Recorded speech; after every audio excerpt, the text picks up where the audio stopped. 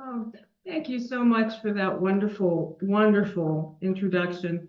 Let me begin by saying, first of all, thank you. I understand that you have changed your meeting format a bit to accommodate our travel schedule today.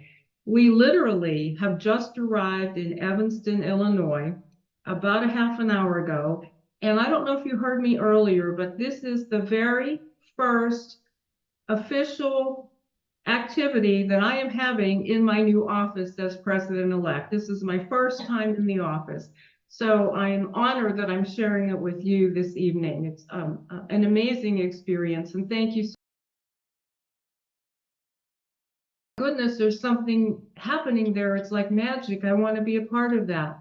So what we're really going to be sharing with you tonight are some steps and some ideas based on Rotary's action plan that will help your club take a look at its own potential and really make sure that it's operating at its absolute highest level of achievement. So in order to do that, Tom has created an acronym to make this a little bit easier for you to remember, and that acronym is ASPIRE. And so you can see on the slide here that each one of the letters actually stands for something important in terms of how your club operates. And so we're going to be going through each one of these letters to talk about what it actually means and what a club like yours can do to make sure that it's reaching that full potential. So the first step we have to do is we have to do an assessment. And why are we doing an assessment? Because in order for your club to reach its maximum potential, it has to know what the members of the club want to do. And the only way to know that is to ask them. Now, Rotary International says you should do an assessment about once a year. Why? Because members will be joining your club. Some members may be leaving your club. And what they want as a collective may change over that time. So there's lots of different ways to do an assessment. You can go to My Rotary and Rotary.org membership, and you could find a Rotary Club health check. This is if you want to check with your board of directors as to what they're doing and what they feel like. You could do a member satisfaction survey. That's for the members. And there's actually 7 different kinds of assessments. But again, what we're trying to do is find out what they want. And it could be as simple as just asking a few questions. Do they like when you meet? Do they like where you meet? Do they like your socials? Do they like your service projects?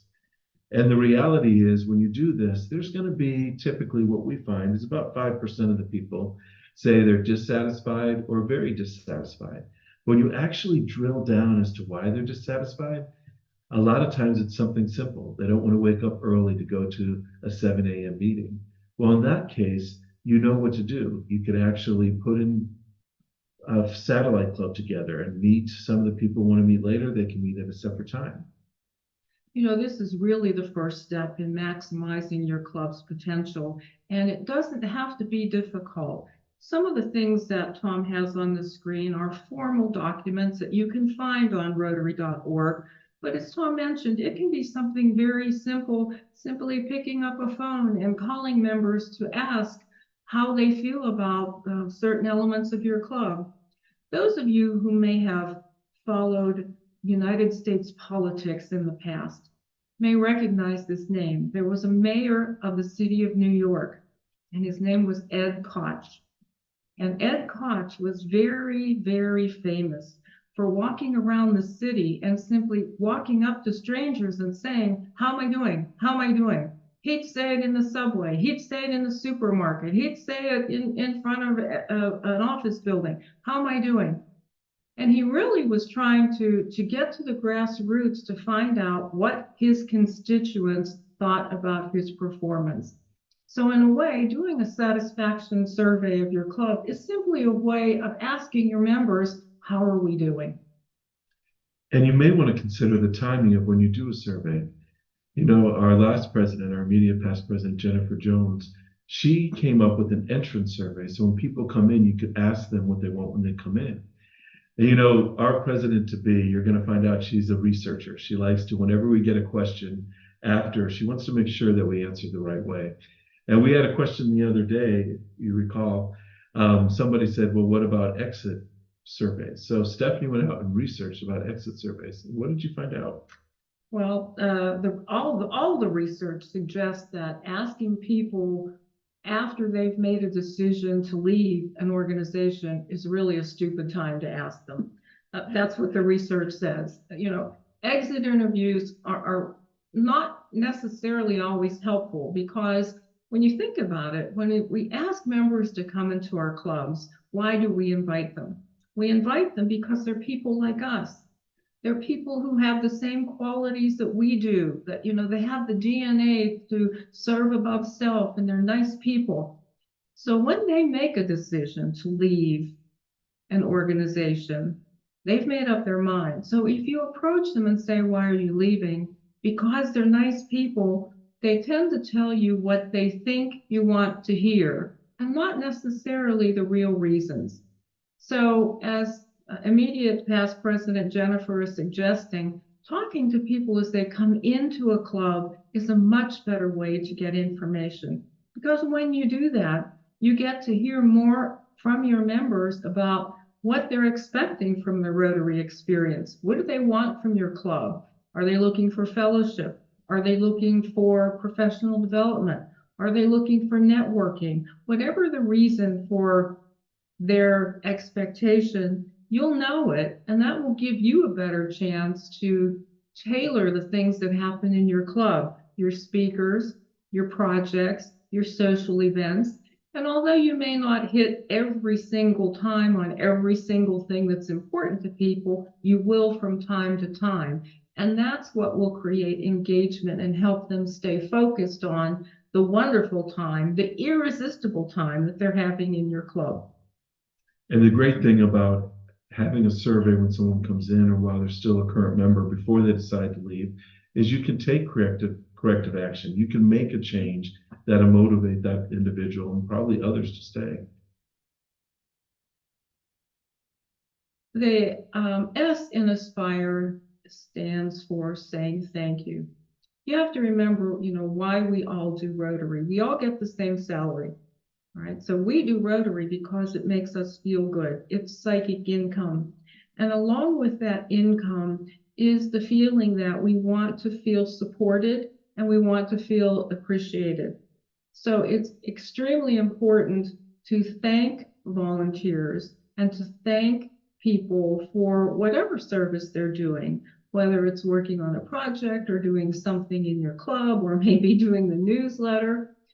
So it's just recognizing and supporting the people who are making your club operate the way it does. And there's really so many different kind of ways you can do it. You can do it publicly by putting it on your website. You can put out a foam core board as people come in saying, these are the people who just helped with our last event. And you could thank all the volunteers. You can buy them a hat. You can buy them a t-shirt. You could do things like calling them on their birthday or writing them a special thank you card. But what we know is when you thank your volunteers, it turns them into long-time serving volunteers, and those members stay. And you know, one of the other things research tells us is that there are 3 words in any language in the world that people love to hear. One of them is their name, and the other 2 are thank you. Good point, Stephanie. The other thing we want to make sure is that your club is always prepared for its meetings, and then you want to promote the meetings. And it's interesting because your members can tell when they're sitting there if you're prepared.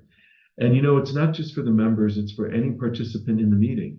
If you bring in a meeting speaker and that person is expecting to talk to 40 minutes, make sure the rest of the meeting doesn't take 50 minutes and they only have 5 minutes to speak. What you see here is a packet that we put together when we're inducting a new member. Just things that we think they would need, a little directory with people's pictures so they know. We usually take a certificate that's not hard to print up. We usually get it framed and we hand it to that person. But no matter what it is, if it's a meeting, if it's a service project, be prepared for it. And if you're having a service project and you only need the volunteers to be there 10 minutes early, don't ask them to come an hour early. Be respectful of their time. And then whatever you do, tell people about it. Tell them about the service project. Make sure, Stephanie likes to say, we need to be outward facing, right? Absolutely. I say frequently that we talk to ourselves too much.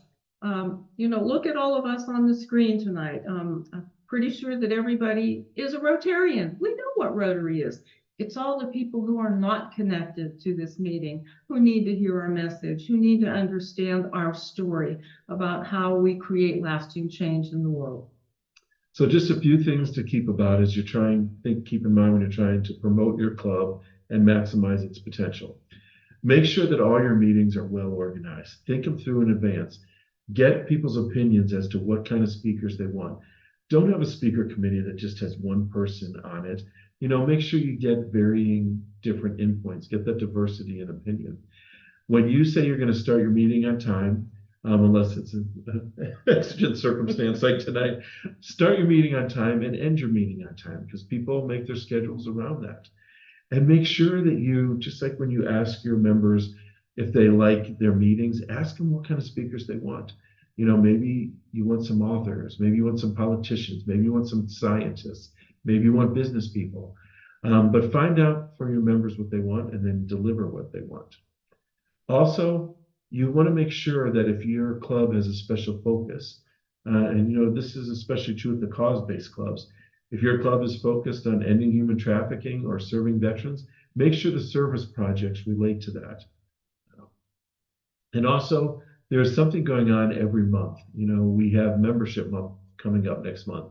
Maybe that's a good time to talk about membership since it's August. Tom, your slide reminds me, there's a bullet point here about interesting programs. It reminds me of the first time I ever went to another club meeting. I was a young Rotarian, so I ventured to a club in the city next door. And when I got there, they introduced a speaker, and the speaker did a presentation on bovine insemination. I am not kidding. To this day, I'm still talking about it. It sounds funny, but it actually was interesting. And they had a lot of fun with it. And it was, actually a rural club. So it made a lot of sense for them. It was relevant. But to this day, I tell the story about going to hear a program on bovine insemination. It's amazing what you need to know to be Rotary International president. So inspire is such an important part, and it's not just leaders who inspire. We can inspire each other in our Rotary clubs, and it happens best by telling our personal stories. You heard during my introduction that I've had opportunities to travel on behalf of Rotary and to do amazing things in a lot of different countries. And I tell those stories, and I've told those stories, to hundreds and hundreds and hundreds of people.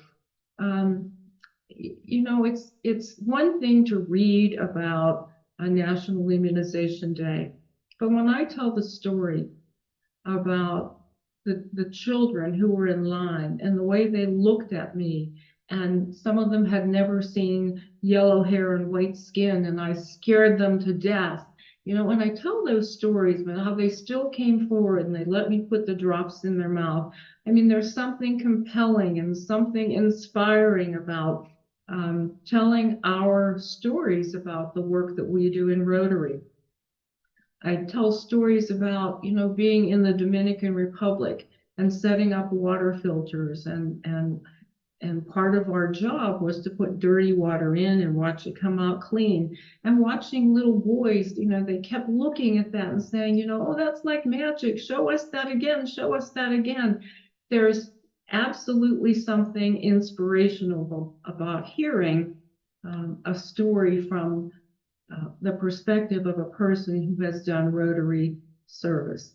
So all of us, whether we have a club title as an officer, or whether we are a club member, we have experiences in Rotary. Even if it's working in your local food bank and watching the faces of, people who are eligible to drive up and pick up emergency food boxes, or anything that you do in the name of Rotary can be an inspiration if you tell the story to another person. And never think that your stories aren't good enough. I remember when I was first president, and again when I was first district governor, you tend to be subconscious, and maybe your stories, you don't think they're good enough, but they really are good enough, and people want to know about them. And if you're leading your club like President Chuki, you want to tell people about yourself because they want to know who their leaders are. Are they married? Are they single? What do they do for a living? So use that pulpit to do good things with Rotary, but people want to hear your stories. So the other thing is you want to make sure that Rotary fits in with the priorities of everything you're doing. Stephanie's always keen to saying you have to remember your faith, your family, your work, and Rotary. And we put them in that order for a reason. So on that screen, and to live up to what we've just said we should do, that's my wife, Catherine, on the left, and my son, Andrew. And this is before the Pasadena Rose Bowl parade, not this past year, but the year before. And we are taking a family vacation together. It's interesting because so many presidents, when they're leading a club, and we're trying to maximize the greatness of this club, but you don't do it by just doing it yourself. You make sure that everyone contributes. They got Stephanie to write the newsletter when she first started. If the president tries to bring in the speakers, write the newsletters, advertise, promote after, do all this stuff, one person can't do it all. And even if they could, you're not engaging those other individuals. So the renew and recharge makes you be a better president and better club members, because when you're out in the community worshiping somewhere or working out somewhere or working somewhere, you're running into people. And we're wearing our Rotary shirts with our logos. That's how you grow. So make sure you don't make Rotary your main focus. Don't give up your family. Don't give up your friends. And Tom mentioned something very important, the fact that, we have so many hands to do the work of Rotary. Very often I hear about repeat presidents, people who are serving as a president's role for 2, 3, 4 years. That's just wrong. There are so many people in our clubs who have potential because we each bring our own set of skills to the presidency. And it doesn't matter, what your profession. The reason you were invited into Rotary is because you display the core values that are important to what we do: fellowship, leadership, integrity, diversity, and service. I frequently tell the story about my very first Rotary Club. When I joined all those years ago, I went to the meeting and I met the man who was the treasurer, and his name was Byron. Byron had been the treasurer for 34 years. Oh my God, what's wrong with that picture? We should have, as a club, said, Byron, you've done a fabulous job. How about create a manual so that we can pass it on to someone else? And maybe next year you can lead our golf outing, or you could be in charge of our gala, or you could work with our global grant for next year. We didn't do that, and that really was our fault as a club. So, we have enough diversity of people in our clubs that we should spread leadership opportunities around. And engagement. Engagement is actually one of the priorities from our action plan, and it speaks directly to retention. A person who feels engaged in their club feels connected to their club. And when they feel connected to their club, it's harder for them to want to leave. And engagement can happen in so many different ways. There can be club service. There could be engagement with activity that you do with district grants or global grants. There can be engagement in the community. If you have a reading program, if you have a feeding program, so many ways to keep people engaged. When people stop coming to meetings, it's because they don't feel they have a reason to go. They don't have a reason to stay connected to the club. So we want to make sure that our members feel engaged. And again, this is not just the duty of the president of the club. It's not President Chuki's responsibility only. It's all of our responsibilities to make sure that each of our club mates has an engagement with the activities of the club that's going on. Part of my job as being Stephanie's aide is people call me and they want her to visit their area of the world. And when we get something scheduled, sometimes people reach out and say, well, what does she like to do? And I say, she really, and like me, she really wants to be involved in activities. And the picture you see here, this is a shot that I took from the second floor mezzanine when we were at the International Convention in Melbourne, Australia. And there's a food packing going on. And people are just having the best time doing it. I just love these action photos because that's why people join a club. They don't join a club to do nothing. They join a club to serve, and they want to serve with other people. And significant about this food packing event is that these aren't Rotarians.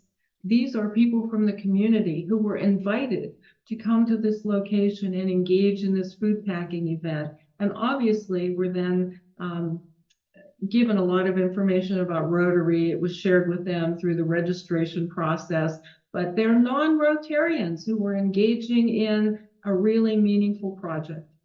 And I love this project, Stephanie, because it wraps it all together. You have the public image because they had those electronic boards and they were advertising it. You have the outward facing, like you're always talking about it. You're getting new members because the members in the yellow vest are the Rotarians, but there's more non-Rotarians. And then you're also doing the service. It brings it all together. And, you know, I would be remiss if I didn't point out that, you know, one of our best resources is our Learning Center. Our Learning Center has, I think, more than 1,000 courses on it now. And it's a resource, a tool that's available to anybody who's a Rotarian or a Rotaractor. There are not only courses on the Learning Center about Rotary, there are courses about other areas. So professional development can happen. For instance, you may remember that several years ago, Rotary and Toastmasters partnered together and they co-branded a product, and it exists on the Learning Center, and it's meant to help people learn to speak better, public speaking. And there's also courses on project management and time management, just all kinds of things that can help you in your journey as a Rotarian and as a professional. We mentioned earlier that the way to start is to take a look at your club, do an assessment, figure out where you're beginning. This is a lot like going on a diet. You know, if you decide to do a diet, you need to step on the scale. You need to figure out, where am I starting, so that as you employ all those techniques, then you step on the scale again to see if it worked. It's the same thing that a club survey will do. It'll help you see where's your starting point so that you can then determine where we want to get to. And there's so many places to go to get help. There's a list of this, and we've made this presentation available. We sent it to your president. So these are actually links that you can go to. Different things that you might want to think of. You know, Stephanie mentioned the action plan and the 4 strategic priorities. One of the things we ask you to do is to try to adapt. So look at everything you're doing. Look at your club meetings. Look at your governance documents. And if something doesn't seem right, you can have one of these resources. And, you know, when we talk about adaptation, look at us tonight. Look at this.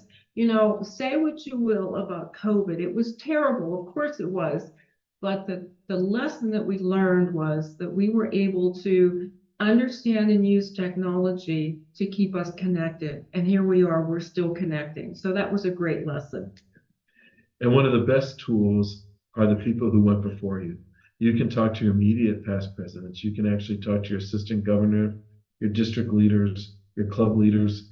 And then there's always Stephanie and I. R.I.P.E. Stephanie. And aide, Thomas.